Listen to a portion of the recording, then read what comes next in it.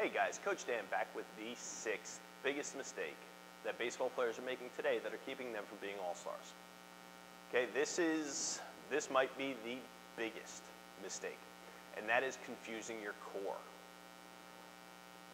When you think of core, you think of doing ab work on the ground, doing sit-ups, crunches, leg raises, bicycles, pikes, whatever you want to call it.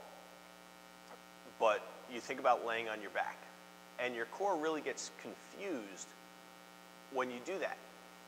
Unless you plan on laying down on the baseball field, there's really no need, no reason to lay down to do your core work.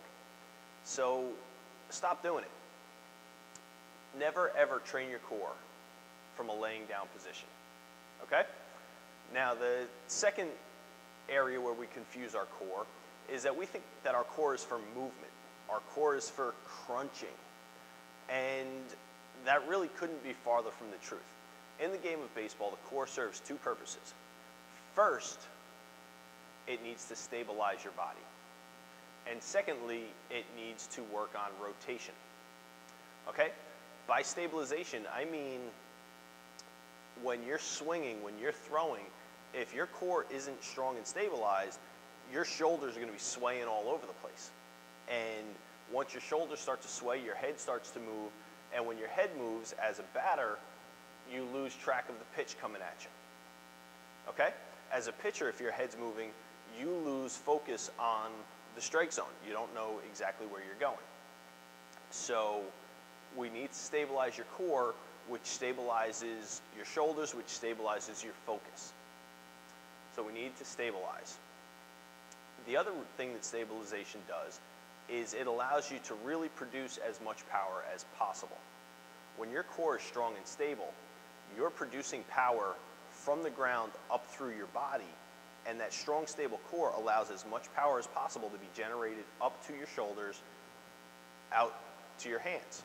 So stabilization aids in the transfer of power from the ground up. If your core is loose and sloppy, all that power from your lower body, from your big, strong legs, is going to get to your core and dissipate. It's all going to go away. So we've got to stay strong and stable through your core for the transfer of power. Now, the next thing we need to think about with your core is the rotational aspect of baseball. Everybody knows that baseball is rotational. Whether you're a linear weight shift hitting coach or a rotational hitting coach, rotation's a key.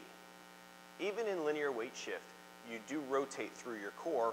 Otherwise, you would swing your bat with nothing but your arms. You've got to get your core to rotate. You've got to get hip-shoulder disassociation, where your hips face one direction and your shoulders are able to move independent of your hips. And that's all core rotation. That's all your glutes being able to fire and pull your hips, and your hip flexors being loose enough to allow your hips to open up in the opposite direction. So training rotation is really key to good core work, and you really can't do that laying on the ground. You get very limited rotation. So let's work on the rotational abilities and the stabilization abilities of your core instead of just crunching all day long. It's really going to transfer onto the baseball field much more efficiently than laying on the ground, laying on your back, and doing traditional ab work, okay? We don't do abs. We train your core, we train your center of power, we train your muscles that stabilize your body, and we train the muscles that rotate your body. Now, another thing to think about when I'm throwing the word core around a lot, don't get confused that your core is your abs. Think about your core as everything from your rib cage in the front to the back of your knees down at the bottom. So you've got hamstrings, glutes, low back, obliques, your rectus abdominis, the transverse abdominis, your hip flexors. You've got a lot of deep muscles in there, and if you can get your right hamstring and glute to work with your left obliques, that's going to cause rotation. That's going to cause the back of one on one side and the front on the other side to work together synergistically to pull your body around, to help you rotate better, or help you rotate more efficiently and help you rotate with more power. So when you hear the word core, think about what's involved in the core. Core training is hamstrings in the back all the way up to rib cage in the front. So there are the 6 biggest mistakes that baseball players are making today that are keeping them from being all-stars. You can go back through, watch all the videos again. If you have questions, I really encourage you to email them to me at coachdan@baseballstrength.com. It should be right about here. I'm magically going to put it in there with some video magic. And there's the email address. Shoot me an email with whatever questions you have. I really do encourage it. I read all of my emails. If I don't get back to you right away, I'll post it on the blog, on the discussion forum.